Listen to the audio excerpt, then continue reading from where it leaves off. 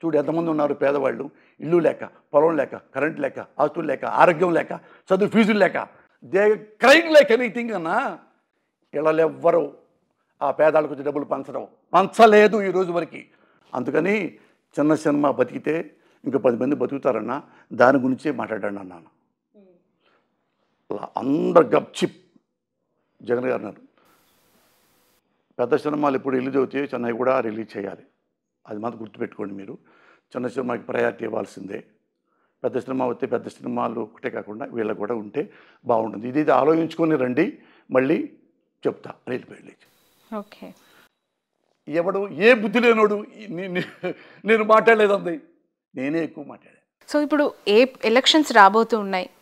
ఒకవేళ పరిస్థితి మారి అనుకున్నట్టుగానే పవన్ కళ్యాణ్ జగన్ ఓటమే నాకు కావాలి, ఆయనను ఓడించడానికే నేను రాజకీయాలు చేస్తున్నాను అని చెప్పి పవన్ కళ్యాణ్ అన్న స్టేట్మెంటే నిజమై ప్రభుత్వంలోకి అధికారంలోకి వైసీపీ రాకపోతే పరిస్థితి ఏంటి? ఎవరి పరిస్థితి? మీ పరిస్థితి. నా పరిస్థితి ఏంటి? ఏమవుద్ది అంటే ఇప్పుడు ఎఫ్డిసి కార్పొరేషన్ చైర్మన్ అటు ఇప్పుడు మళ్ళీ తిరిగి రావాలి అని అంటే సినిమా అవకాశాలు ఎలాగో 1 year బ్యాకే పోయాయని చెప్తున్నారు కదా. ఓ మాట చెప్తా. చిరంజీవి గారు పార్టీ పెట్టారు. 220 సీట్లు మనకు వస్తే మురళి అన్నాడు. ఎదురు బోర్డు మీద అతను ఒకతను రాశాడు. ఆయన రాస్తూ చూస్తే మనకి వెస్ట్ బెంగాల్ లాగా 4 సార్లు మనం కూడా మనం పరిపాలిద్దాం, మనం మంచిగా చేద్దాం అని ఆయన కూడా పార్టీ పెట్టి అన్నీ తిరిగి ఎలక్షన్ చేశాం. ఓడిపోయాడు చిరంజీవి గారు. నాశనం అయిపోయారా? చిరంజీవి గారు మోసం చేశాడు. చిరంజీవి గారు నాశనం అయిపోయాడా? ఇది ఆయనకి పార్టీ పెట్టాడు, నేను పార్టీ కూడా పెట్టలా. నాకు పదవే పోతే పదవి పోయింది, నా జీవితం ఏం బాదు, జగన్ జీవితం ఏం బాదు. ఇప్పుడు జగన్ మన సినిమా ఇండస్ట్రీ పెట్టుకుందాం. చిరంజీవి గారు పార్టీ పెట్టారు, ఓడిపోయాడు. ఓడిపోగా నాశనం అయిపోయాడా? అందం లేదా? వెంటబడి కొడతారా? సినిమాలు ఇవ్వకుండా మానేస్తారా? ఇంకో పని చేసుకుంటాడు. ఆయన రాజకీయాల మీద బతకలేదే, నేను రాజకీయాల మీద బతకట్లా, జగన్ రాజకీయాల మీద బతకట్లా. జగన్ రాజకీయవేత్త కంటే ముందు పెద్ద రిచెస్ట్ బిజినెస్ మ్యాన్. ఓకే, ఇది ఎందుకు? ప్రజల కోసం వచ్చాడు, ప్రజలు నమ్ముకున్నాడు, ప్రజలు కూడా జగన్ నమ్మారు, ఇచ్చారు. మళ్ళీ ప్రజలు మంచి పని చేస్తున్నాడు కాబట్టి గెలుస్తాడని మేము నమ్ముతున్నాం. ఇన్ కేసు మీరు అన్నట్టుగా జగన్ గారు ఓడిపోతే ప్రతిపక్షంలో కూర్చుంటాడు. ఏడుస్తారా? ఎన్నిసార్లు ఓడిపోయాడు రాజశేఖర రెడ్డి గారు? చివరికి ముఖ్యమంత్రి రావలేదా? 3-4 సార్లు ఓడిపోయాడే. మరి ఎట్టని మొక్కబోని రాజకీయవేత్తలాగా జనాల మధ్య ఉంటూ జనాలు నమ్మించుకొని గెలిచాడు. సెకండ్ టైం గెలిచాడు. ఇతరు కూడా అంతే. నేను ఎందుకు ముఖ్యమంత్రి అయ్యాను? ప్రజల కోసం I can do anything including my life అని సర్వీస్ చేస్తున్నాడు. చేసిన మంచి సర్వీసులు చేశాడు. ఇన్ కేస్ ఓడిపోయాడు, ఏమండి ఎలాంటి డెమోక్రసీ అంటే మంది? ది గ్రేట్ వాజ్పేయిని కూడా ఒక సీట్ లాగేసి ఒక సీటు తగ్గిపోయిందని చెప్పి ప్రధానమంత్రి పదవి నుంచి కింద దింపేసిన రాజకీయం, ఇలాంటి దరిద్రపు రాజకీయం భారతదేశంలో ఉందండి. దానికి మా జగన్ మినహాయింపు కాడు. జగన్ మీద కూడా ఎన్నైనా చేయొచ్చు, ఏమైనా చివరికి జగన్ని చంపితే తప్ప మనం రాజకీయాల్లోకి రాలేము, మన ముఖ్యమంత్రి సీట్లో కూర్చోలేము అనే మహానుభావుడు ఉన్నాడు మన ఆంధ్రప్రదేశ్ రాజకీయ వ్యవస్థలో. అంటే చంపేంత వరకు వెళ్తారంటారు రాజకీయాలు. ఎంతమంది చేయలేదబ్బా, ఎంతమంది చేయలేదు? రామారావు చేయలేదా కళ్ళ ముందు? ఇంకేడ చూస్తావు ఇంకా నువ్వు? రామారావు చేయలేదా? రామారావు ఇల్లాలని తిరుగుమూతని చేయలేదా? తిరుగుమూతని ఇదే ఆంధ్రజ్యోతుడు లైవ్ షో పెట్టలేదా? 70 ఏళ్ళ ఆడపడుచు 30 ఏళ్ళ మనోడు వయసు ఉన్నాడుతో అక్రమ సంబంధం లైవ్ పెట్టలేదా? వాళ్ళ ఇంట్లో ఆడాలని పెట్టగలడా లైవ్లో? లక్ష్మీ పార్వతి గారికి సంబంధించి చాలా కాంట్రవర్షియల్ స్టేట్మెంట్స్ గతంలో ఈ పొజిషన్ రాకముందు ఆమె చాలా సందర్భాల్లో ఏడ్చిన పరిస్థితులు కూడా ఉన్నాయి బాహాటంగా. ఎందుకు పదే లక్ష్మీ పార్వతి గారిని టార్గెట్ చేసి మాట్లాడడం, పర్సనల్గా ఆమె వ్యక్తిత్వాన్ని కించపరిచే విమర్శలు చేశారంటారు? నేను అదే ఎప్పుడు మా కమ్మ వాళ్ళకి చెప్తుంటా. మా కమ్మ సోదరి మనులకి నేనేం చెప్తుంటానంటే, అమ్మ చంద్రబాబు మాట నమ్మి ఆ మహాతల్లిని ఇంత ఘోరంగా చేశారు, నమ్మొద్దు, చాలా మంచి ఆమె, నేను దగ్గరుండి చూసా, బాగా విద్వత్తు ఉన్న తల్లి, సంస్కృతం మాట్లాడుతుంది, బాగా తెలివిగలది, లెక్చరరు, ఒక పెద్ద డాక్టర్ ఉన్నాడు కొడుకు, మంచిది, ₹1 లంచం తీసుకుని ఎరగదు అని నేను ఎప్పుడో చెప్తున్నా. ఇప్పుడు ఎట్టుంటుందంటే అదే చెప్పాక, ఆంధ్రప్రదేశ్లో ప్రతిపక్షం ఎవరయ్యా అంటే ఇప్పుడు ఒక వర్గం కమ్మ మీడియా, వాళ్ళు ఎప్పుడు డీమోరలైజ్ చేయడానికి చూస్తుంటాడు. అతను ఎగ్జాంపుల్ ఫస్ట్ చూద్దాం, రామోజీరావు. ఈ అమ్మాయిని రామారావు భార్య అయిన కాడ నుంచి రామారావుని ఇద్దరు దింపేసి చంద్రబాబుని పెట్టాలనుకొని ఎవ్రీ డే ఆయన ఈనాడులో కార్టూను, ఆ బండి మీద కూర్చుంటే రామారావు గారు బండి లాగినట్టు, ఒక గుద్దితే చంద్రబాబు ఎన్టీ రామారావు కింద పడ్డట్టు, అసలు లక్ష్మీపార్వతి మీద కొన్ని వేలు వేలు వేలు కార్టూన్లు. అంటే వీళ్ళందరూ చెప్పేది ఒక వర్గం ఉందనే, ఈ లఫుట్ మీడియా అంటారు దాన్ని, లఫుట్ మీడియా అంటారు వీళ్ళని. మా కమ్మాళ్ళలో ఉండే వీళ్ళు ఎవడన్నా వీళ్ళల్లో జర్నలిస్టు లక్షణాలు ఉన్నాయా?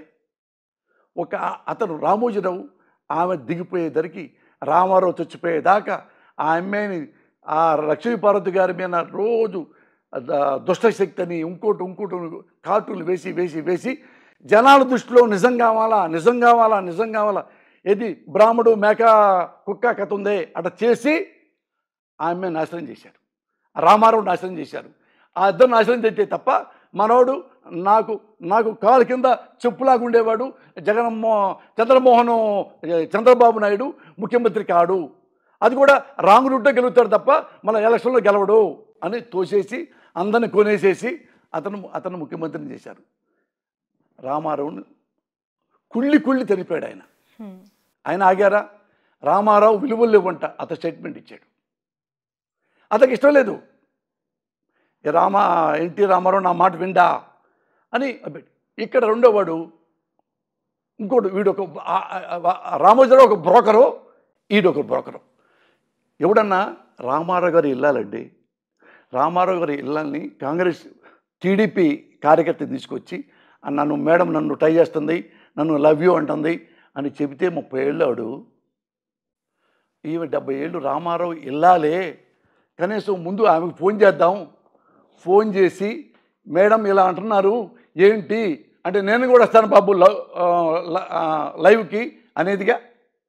అప్పుడు ఎదురు కూర్చోబెట్టచ్చుగా, వాడు ఉండేవాడు అసలు ఎదురుగా, జంప్ వెళ్ళిపోయాడు కదా, ఫోన్లో కూడా రాడు కదా, మరి ఆమెకు ఎందుకు చెప్పాల అంటే ఇది మోటివేషన్ అన్నమాట.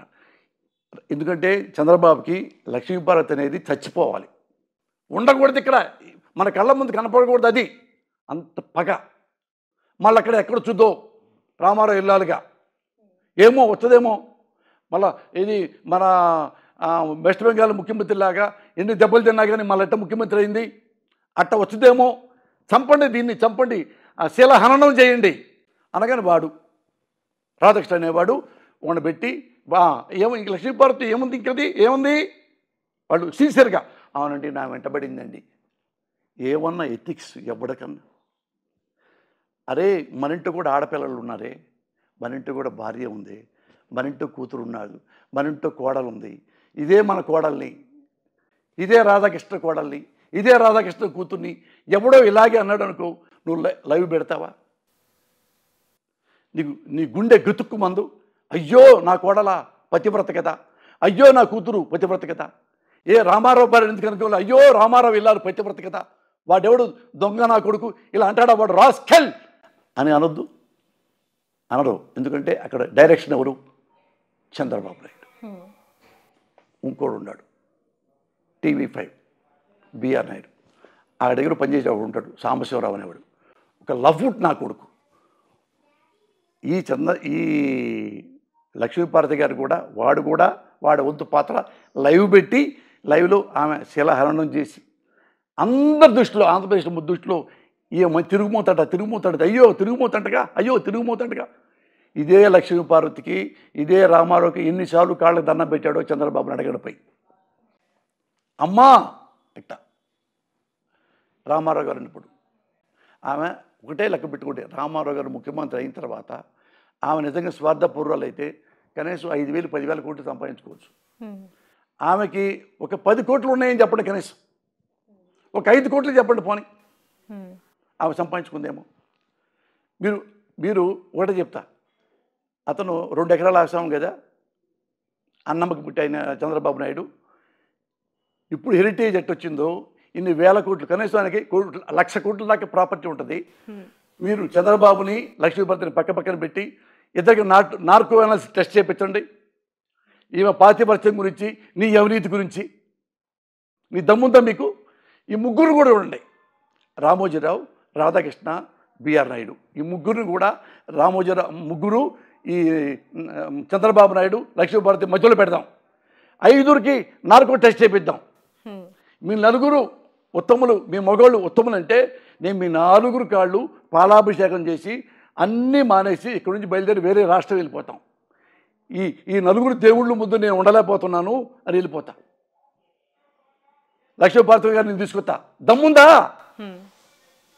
ఇదే చెబుతున్నా మా కమ్మాళ్ళతో, అమ్మ కమ్మ కమ్మ కమ్మ అని పెసుకోవద్దు. వాడు దుర్మార్గులు, వాళ్ళు మోసగాళ్ళు. బట్ నిన్న మీరు చాలా తీవ్ర వ్యాఖ్యలు చేశారు. అంటే సామాజిక వర్గానికి సంబంధించి సిగ్గుపడుతున్నాను కమ్మ కులంలో పుట్టినందుకు అని చెప్పి. ఆ సామాజిక వర్గం నుంచి వ్యతిరేకత వస్తుంది మీకు అని ఏం అనిపించలేదా? ఇప్పుడు నేను పుట్టినప్పుడు నాకు తెలియదు నేను కమ్మ కులంలో పుట్టానని. నేను కమ్మ యూనివర్సిటీలో చదువుకోవాలా, కమ్మ స్కూల్లో చదువుకోవాలా, కమ్మ ఎలిమెంటరీ స్కూల్లో చదువుకోవాలా. ఓన్లీ కమ్మ వాళ్ళ మధ్య నేను తిరగల. మద్రాసు పోయా, కమ్మ వాళ్ళతోనే నేను తిరగల. హైదరాబాద్ వచ్చా, వీళ్ళు ఎంతమంది కమ్మస్ ఉన్నారు ఇక్కడ? ఒక కమ్మస్తోనే నా ప్రయాణం. కన్ను తెరిస్తే జనడం, కన్ను మూస్తే మరణం, రెప్పపాట ఏ ప్రయాణం. ఎంతమంది వస్తారు, కులమేంటి, మతమేంటి, మనిషి అన్న ప్రతి వాడు మన ట్రావెల్ అవుతూ ఉంటాడు. ఎక్కడ పడితే అక్కడ, ఏ దేశం వెళ్ళినా, ఏ రాష్ట్రం వెళ్ళినా, ఏ ఊరు వెళ్ళినా, ఏ గల్లీ వెళ్ళినా, ఏ సందులోకి వెళ్ళినా. అంటే ఇప్పుడు నేను ఇంత స్తోమతగా నేను సంపాదించుకొని గొప్పగా ఉన్నానంటే కమ్మాళ్ళ వల్ల, నా తెలివితేట వల్ల, నా కష్టం వల్ల, నా చదువు వల్ల, నా క్యారెక్టర్ వల్ల. కమ్మాళ్ళ కమ్మ కులంలో పుట్టా, proudly I can say I'm Kamma. నేనేంటున్నాను, మీరు కమ్మవాళ్ళు గౌరవంగా బతుకుతారు, మంచివాళ్ళు. ఆడపిల్లలు కూడా వాళ్ళు కూడా పొలం వెళ్ళి పనిచేస్తారు భర్తలతో సహా. అంత గౌరవంగా ఉండే కమ్మ. చంద్రబాబు నాయుడు మాయలో పడి, ఏమండి మా కమ్మళ్ళు, మేము కమ్మాళ్ళం, కమ్మాడు పేపరే చదువుతాం, ఈనాడే చదువుతాం మా కమ్మాడు. ఆంధ్రజ్యోతి మా కమ్మోడు అదే చదువుతాం. మా కమ్మోడిది ఈటీవీ అదే చూస్తాం. మా కమ్మోడిది ఆంధ్రజ్యోతి ఏబిఎన్ అదే చూస్తాం. సాక్షి చూడడం అదే రెడ్డిది అన్నవాళ్ళు ఎంతోమంది చూశాను నేను. ఏం కర్మ, ఇది కర్మ కదా. మరి తిట్టకుండా ఎలా ఉంటాం? అందరూ ఒక ఆమె చెప్పింది, నాకు తెలిసిన మా ఫ్రెండు, నేను రాను అని ఏబిఎన్ చూస్తాను, సాక్షి చూడండి ఏబిఎన్ చూస్తా అంత మత్తు మంది పెట్టారు. అన్ని కమ్మ అంటున్నావు కదా.